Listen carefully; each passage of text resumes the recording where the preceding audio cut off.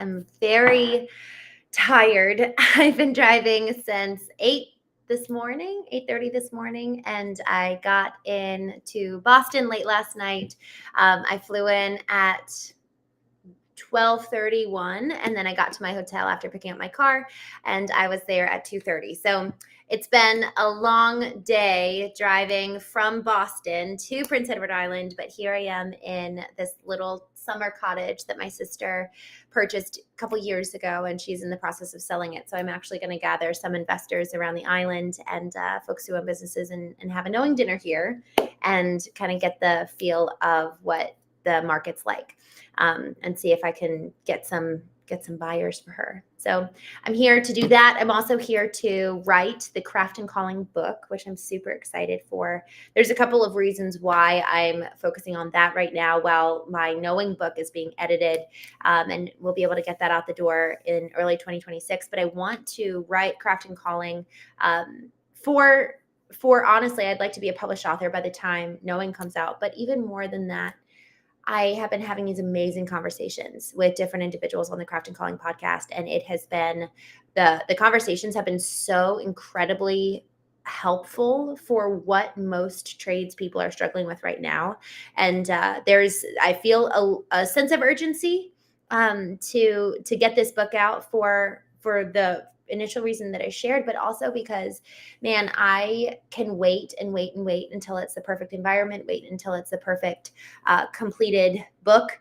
And I'm excited to honestly get this one out the door pretty soon. So I'm here nestled down for 2 weeks. I'm actually going to be translating some of the podcast conversations into book chapters, which I'm super excited about. And so the individuals who participate in the book will be co-authors and also be serving as founding members of the Knowing community, which is coming out, the Craft and Calling community, which is coming out in early 2026. So there's a lot in the works right now. A lot of my people are at Growth Hacking Live, and they're all flying in right now to San Diego, and I'm just, I feel my heart with them. But y'all, I'm in this season of just a stillness of sorts. I feel really called to actually kind of put my head down and actually kind of put boundaries around myself. And there's this verse in scripture that has always been one of my favorites. It's Psalm 16, verse 11, and it says, the boundary lines have fallen for me in pleasant places. Indeed, I have a beautiful inheritance. And that verse has always, it's held so much meaning for me because as the boundary lines in my life have adjusted so drastically from getting married at 20 years old and then being divorced at 28 and just having my entire life fall apart, it's like, how can that be true? The boundary lines have fallen for me in pleasant places. You know, there's so much from just that one simple line that we can kind of pull forward. And so when we think about what does it look like to intentionally put boundary lines around us so that we are then able to live with intention and actually thus have a beautiful place in which to exist, we can be in the depths of sorrow, yet create a beautiful place in which to exist and do the work.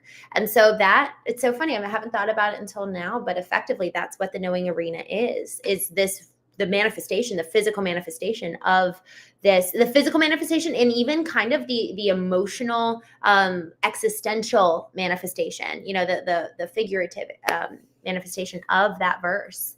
We get to create our own boundary lines in order to ensure that we live a life that we're proud of, to ensure that we live a life in alignment with our ideal. Yesterday, we dove into what does it look like to ensure that our inner being is vertically aligned and also our external doing. So we're human beings, not human doers, but we need to ensure that our external doing is also in alignment. And so then the question is, do I have an alignment and an ideal for each category, each way of being, my inner being and my external being? And so we talked about that yesterday. And then the kind of manner in which we do that is to effectively create those boundary lines in which we exist to ensure that we move into and walk in alignment with our ideal.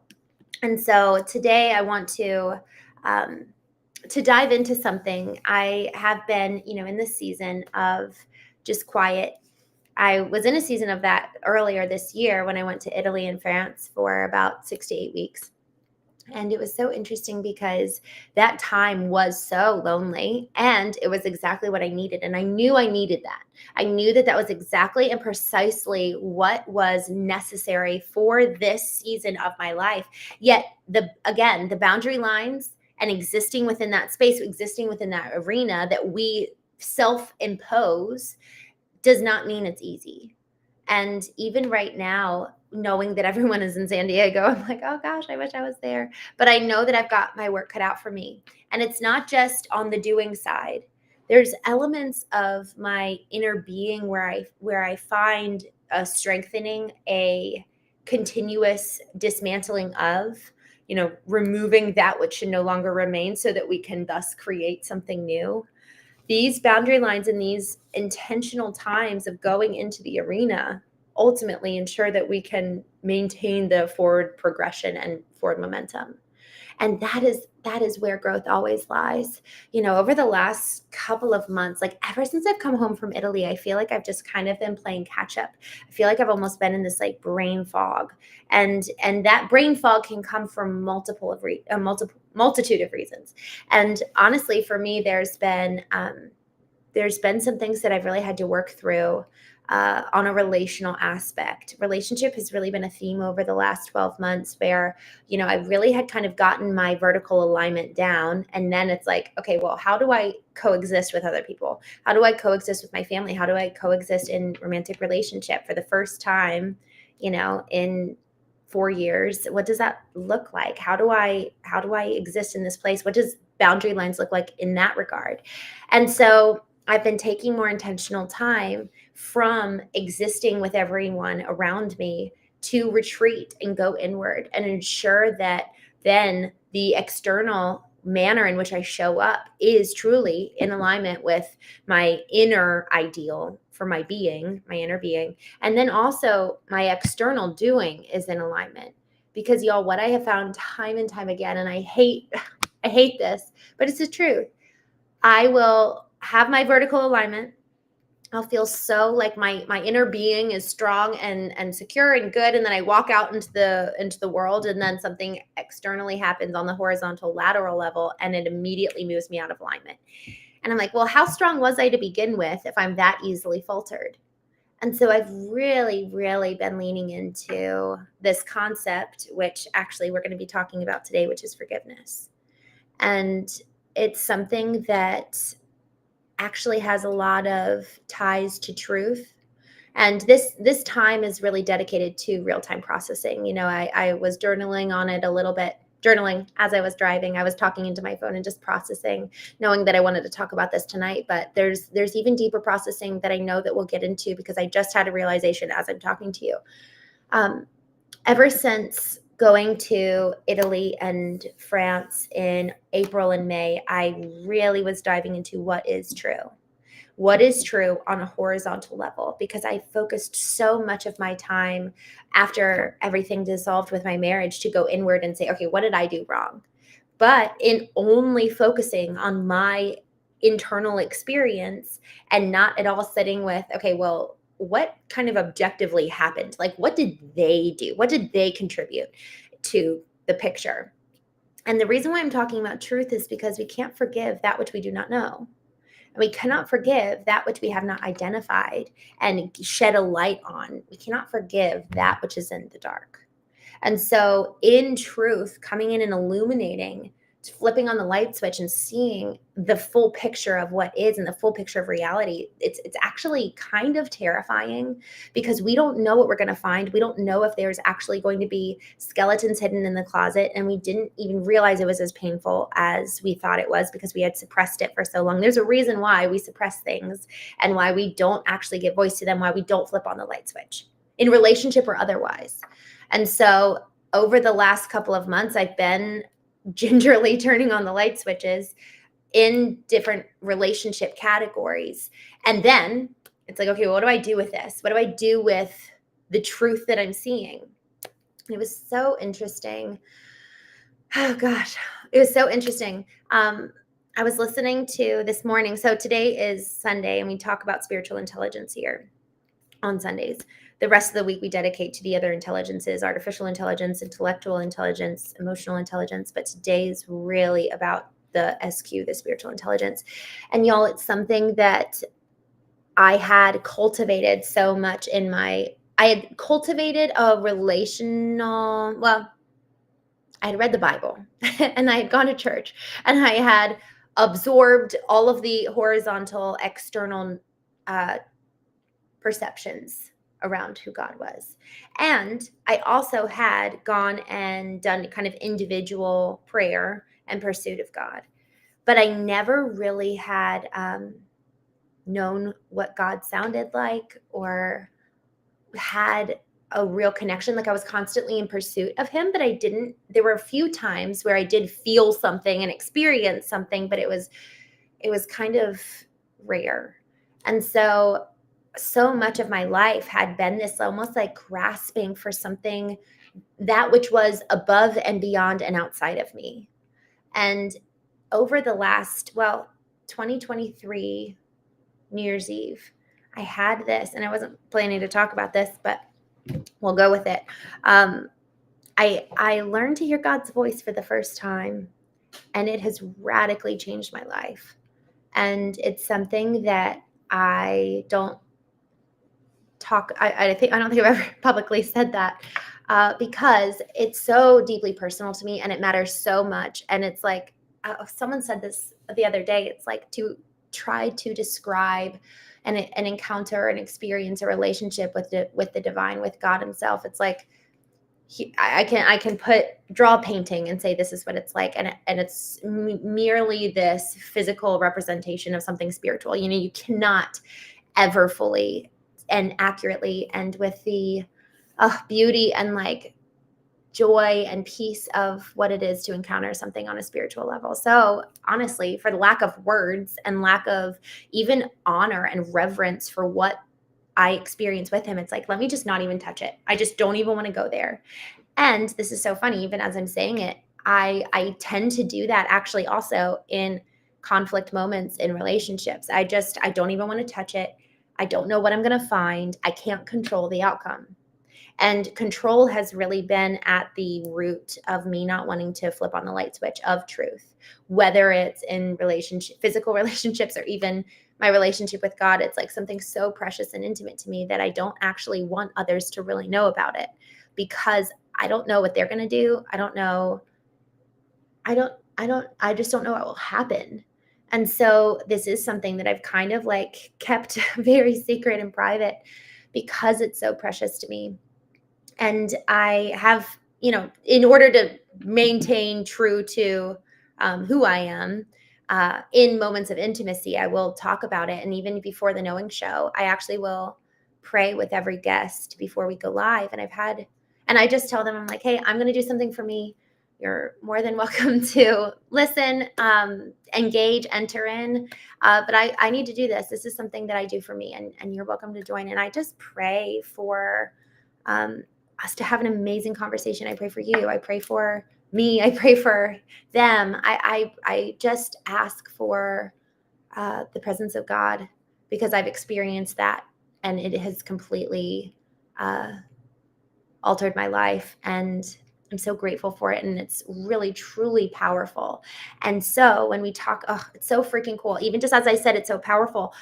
I was at Joe Dispenza's event in August, and he's talking about effectively us being able to access the quantum field and being able to go outside of time and capitalize on what our true potential is, and the full prowess of our being.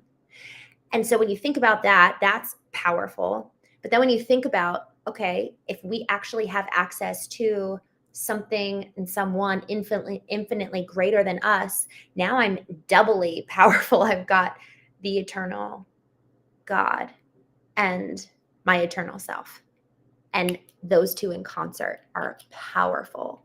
Yet what I had done for so much of my life, I had only been fixating on, okay, the internal God, the internal God, but he was external. He was something outside of me. And I never realized that actually, truly he was in me. And therefore I had this ability to rise up and like be powerful in and of myself.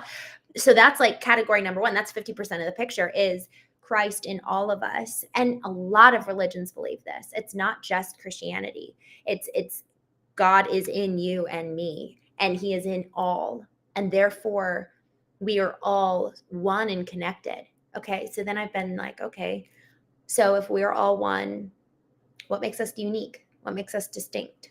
Because a lot of, I believe it's Buddhists will be like, well, we're all effectively the same in Zen, and let's all just be happy and kind of kumbaya. That's what I've heard. I don't want to dumb it down to that level.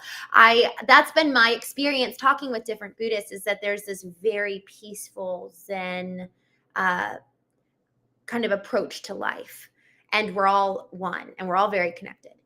But with this whole other element of you and I are both uniquely crafted, made with this prowess and with this purpose to our life, and we have this eternal potential in the quantum of what's possible. What does it look like to activate that while also activating Christ in us? And then there we have this holistic, functional human, each one that is connected, yes, but also uniquely, divinely separate. It is so cool when we really think about this, because then, one, every single day is a miracle, because I am an eternal soul, divine, and I have a mission. Never again can I feel bored. Never again can I feel without purpose, without reason, without calling, without potential and potency in this world. I am here for a reason. And this is so exciting.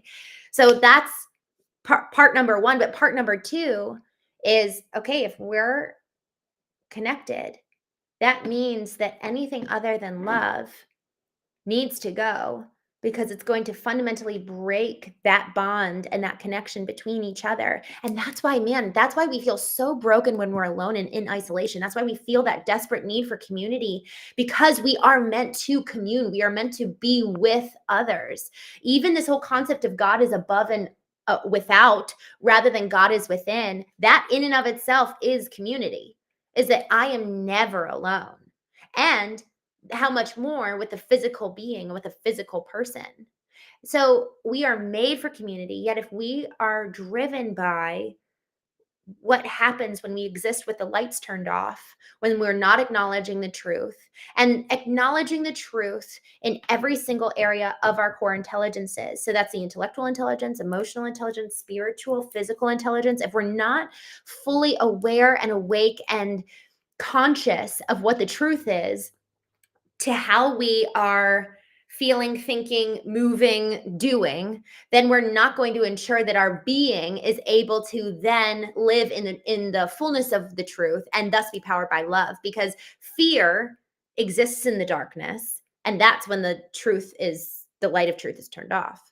So where there is darkness, there is fear, and thus there is disconnection, and we are never going to be able to engage in the type of love propelled connection that we were uniquely and divinely created for. And so when we think about what happens then when we turn on the light of truth, I had this realization this morning, and it just blew my mind, because I was listening to, there's a lot of churches I don't like, and I stopped going to church when my brother-in-law was killed. Honestly, it was like I was so broken, and I walked into churches, and it was the last place I wanted to be. It just felt like no one. So funny, I feel it even now, just that sense of like no one really knows what it's like to be broken. Here's everyone looking perfect, talking perfect. It's like, what's the hardest thing in your life? Oh, I have pride. And you're like, okay, my life's falling apart. Like, I can't relate with you. And it's just it was honestly, I walked up and left out of multiple services, because I just could not, it felt incongruent to sit and listen to someone who was speaking out something that they didn't know.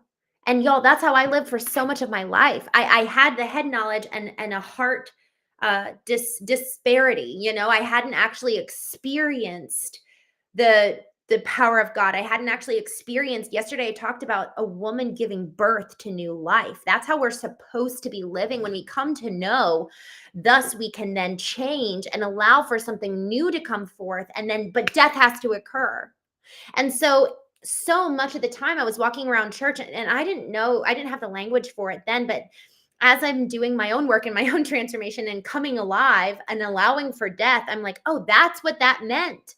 When in the Bible, it talks about you need to be reborn, you need to be born again. Jesus talks about that, yet none of the Christians who espouse that live like it. And so then we're all like, there's this disconnection that why am I seeing all these dead people calling themselves Christ followers, yet Christ is not activated in you? That doesn't mean Christ isn't in you, but it means you haven't activated it. It's like, again, turning on the light switch of truth, pressing the button to activate Christ. So then it's this disconnection and this disparity. I've been seeing so much, oh gosh, so much anger around the church over the last week and a half after, or week really, since Charlie Kirk's death. And it's just, I've been seeing it from my own family.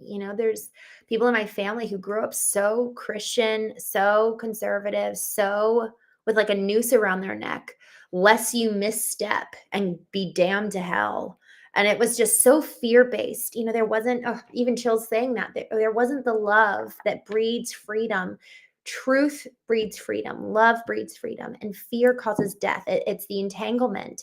And so, in one sense, it's like, okay, if we are going to walk in the light of truth, if we're going to walk in the light that love brings, what about those old spiritual beliefs need to go so that new beliefs can arise, thus the new rebirth, and consequently, subsequently, allow for new behaviors? So it really is, what are the old beliefs that need to die? Obviously, the behaviors then die there too. Then in that process of death is the rebirth for the new belief and thus the new behavior. And y'all, it just, man, it changes everything. It changes everything. It's like hope is born, and connection is born too. And so this morning I was listening to a message from a church. There's one church that I found that I do like, and they're in Portland, Oregon, and they talk a lot of actually about emotionally healthy spirituality. And I read a book about that years ago, and actually it kind of catalyzed my initial journey into emotional intelligence. And I had forgotten about that. I thought Daring Greatly was the book that really did it for me, but it was really this book, and it was under the confines of like how there are so many Christians and religious people just in general who are so disassociated from their body, from their emotions, from their mind, from themselves. Like they're living in this like in this spiritual place that is out of touch with reality. So then what that means is that they are all good and wholesome here in this unreality. And then when they come into reality, their entire behavior changes because their belief doesn't transcend down into what is really going on in the world around us. And so then we wonder why we're like, wait, but you were one person here and now you're another person here. There's incongruence. Who really are you? And really it's because we're not actually allowing for, that's why the intelligence piece is really hard. Just being religious and just being spiritual in pursuit doesn't actually mean that we're intelligent as to that which we're pursuing. Feeling our emotions and having big emotional reactions does not mean that we're intelligent to them. Just like going to school doesn't mean that we're actually intellectually intelligent. There's something about this whole concept of knowing is that it perpetuates change. If you really know something, you can't help but take different action and take action in accordance with it. So really, man, when it comes to this message that I was listening to, it really hit me because I've been in this place where I've had this kind of emotional brain fog where there's been so much happening. And there's been a lot of pain around relationships lately as I've been flipping on the light switch of truth. And then it's, okay, well, what do I do with this? What do I do with the truth that I find? And isn't justice kind of like the natural response to truth? Because if I'm not pursuing justice, am I honoring the truth in the first place? And so the message today was on forgiveness, and I just felt compelled to listen to it. I honestly haven't listened to the church in a while, and so I was really leaning in, and Sorry, I chuckle because right when I said I was really leaning in, it just felt inauthentic, so I just wanted to backtrack and say that. Sorry. Um, I'm just gonna get centered again for a second. I distracted myself and then I came out of alignment and now I'm getting back into it. I was listening to the message and the gentleman said something about forgiveness that really, really resonated. He said, if we're not able to extend forgiveness to someone else, that likely means we are not extending it to ourselves. And that likely means we're actually not able to thus receive it, whether it's receiving it from God or receiving it from ourselves, receiving it from even the person that originated that wound to begin with. Because so often the wound, thus the need to forgive that is occurring in the present, has roots to the past.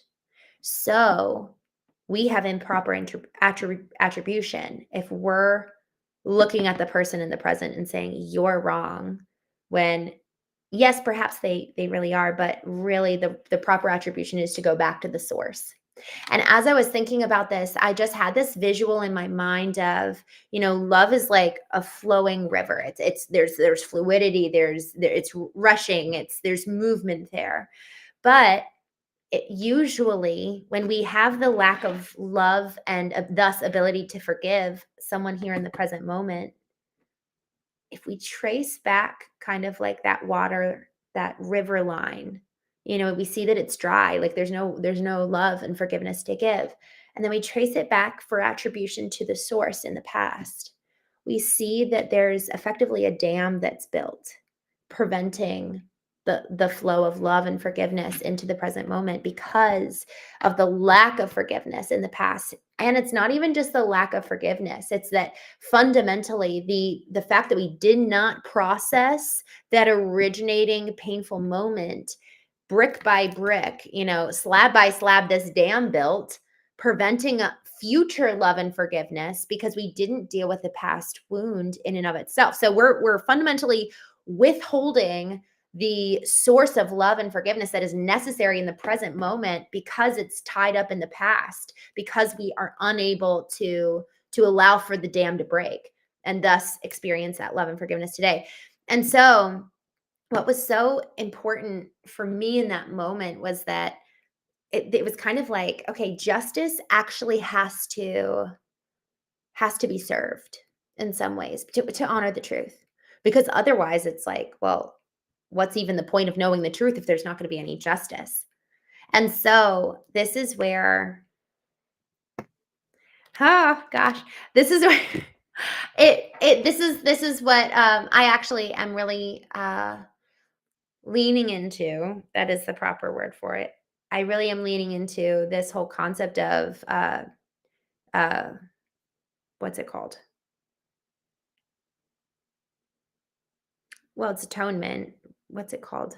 Substitutionary atonement, but it starts with a P.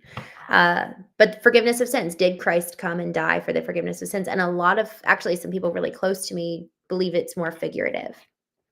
And I've been open and thinking about it, and I'm like, okay, frankly, the story still stands, whether it was literal or figurative.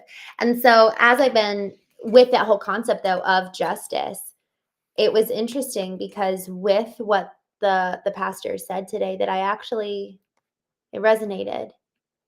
Can I entrust justice to God while joining with him in forgiveness? So it's effectively me taking the need for justice and entrusting it to him.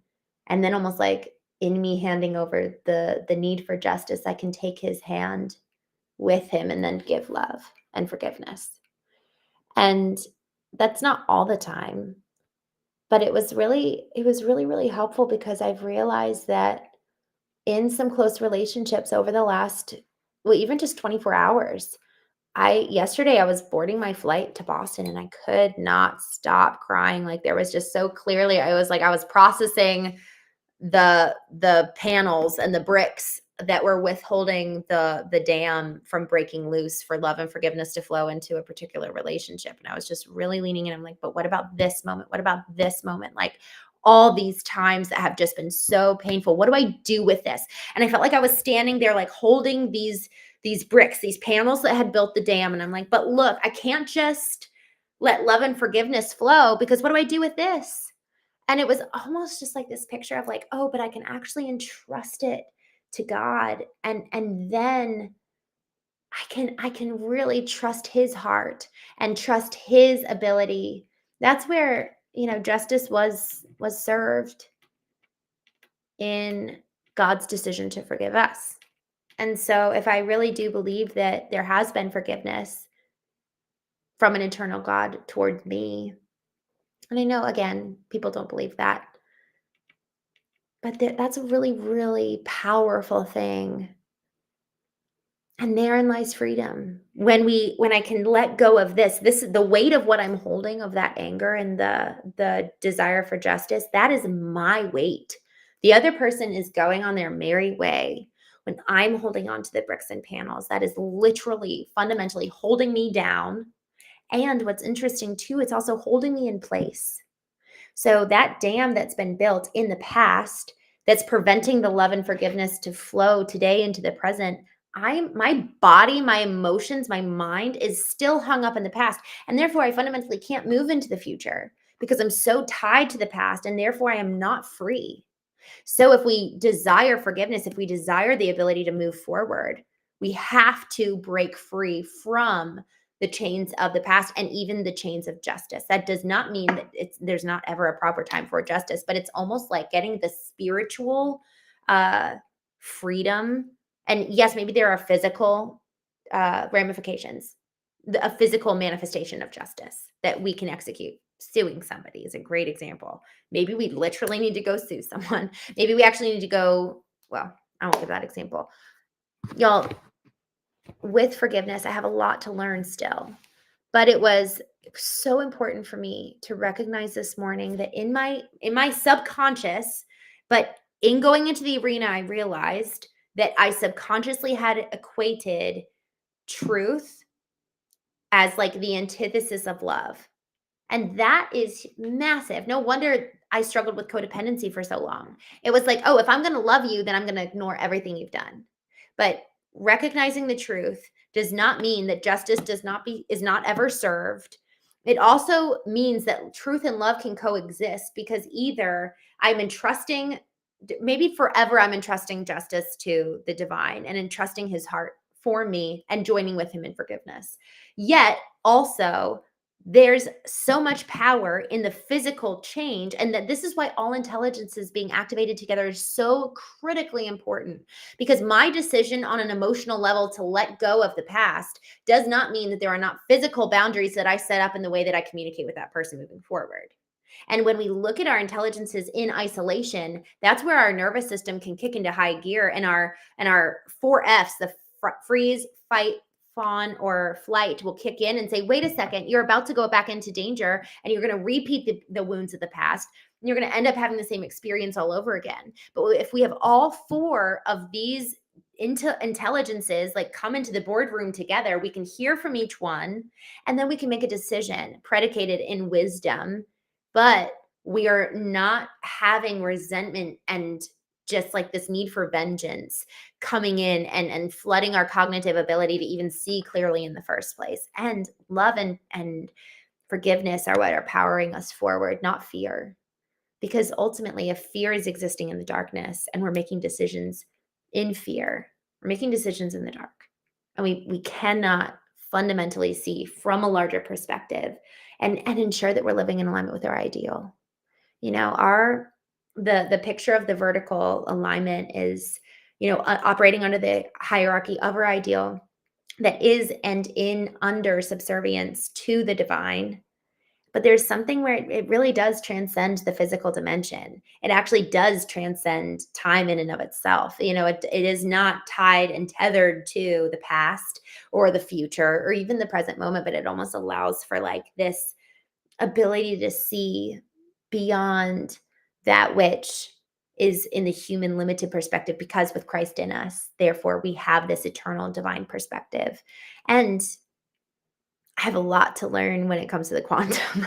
I felt like I was in boot camp with Joe Dispenza that first week of August, but I have felt that and experienced almost like this taste of, oh my gosh, there's so much more in me that I've tapped into.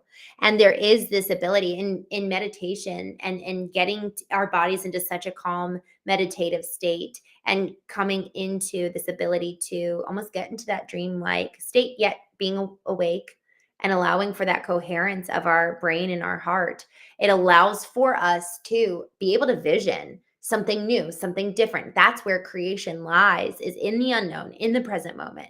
Because otherwise, if we're tethered to the past while trying to live in the present, we will never be able to change our behaviors. We will never be able to change and have something new in the future. We'll just continually self perpetuate all these old programs that we're trying so desperately to be free from. And we wonder why we can't love. We wonder why we can't be free. It's because we haven't dealt with what's back there. And it's damming up the ability for love to flow into the present moment, for forgiveness to flow and cover over what happened in the past. But we have to go back to the past to let go of it. We have to go back to the past and actually take up those bricks and those panels, break the dam down and say, okay, I actually am going to, with intention, let go of this and hand it over to someone who is far better than me, both intent and in character, and trust them to be a good shepherd of my soul. And I also come with him in being a shepherd and caretaker of my soul. Because y'all, that's something that I saw so many times was folks in a religious context kind of like blaming God, like using God as a shield for the decisions that they made that were so damaging, so painful. And there was a lack of accountability and frankly, a lack of reciprocity. And so then when we saw this them living in this kind of like non-reality spirit state in church, let's say, and then coming and engaging in their real lives, there was just such a big difference. And it makes us feel crazy. So when each intelligence is coming to the table and being active participants and being effectively like board advisors to ourselves and to our then ability to then make an informed decision, it serves as a guard and it serves as a protection to ensure that we don't self-perpetuate and get ourselves back into a harmful state that we once knew. Each one of our intelligences is so useful. We have to cultivate every single one because we're going to be able to get revelations from the divine. We're going to get revelations from the past that have something to say to us. And we're really going to be able to create something brand new, totally unique, and in alignment with why we're here in the first place. I have 21 days of vertical alignments that I would love to give you. It's just go to verticalalignment.com. 21 days of effectively that kind of time that I take every morning to align my mind, body, soul, spirit. And I have a prompt every day as well. It just helps us go deeper, my work that I've done, yes, some of it started in therapy, but so much of our own growth, we can self perpetuate by going into the arena by our own regard, by our own willingness to do so, rather than tragedy picking us up and dropping us off at the gates. And we're like, oh, crap. Like, I haven't prepared for this. I haven't worked out. I haven't been readied for this fight that honestly feels like it's to the death when we do experience loss to the extreme that my sister did when her husband was killed, to the extent that I did when my husband left by his own demise. Y'all, we have to put in the reps. We have to prepare for the day of the battle so that when it comes, and it will come, I've seen it for most every person I know. And then we'll have a fighting chance to allow for the death of the old self and thus allow for our new self to come forth.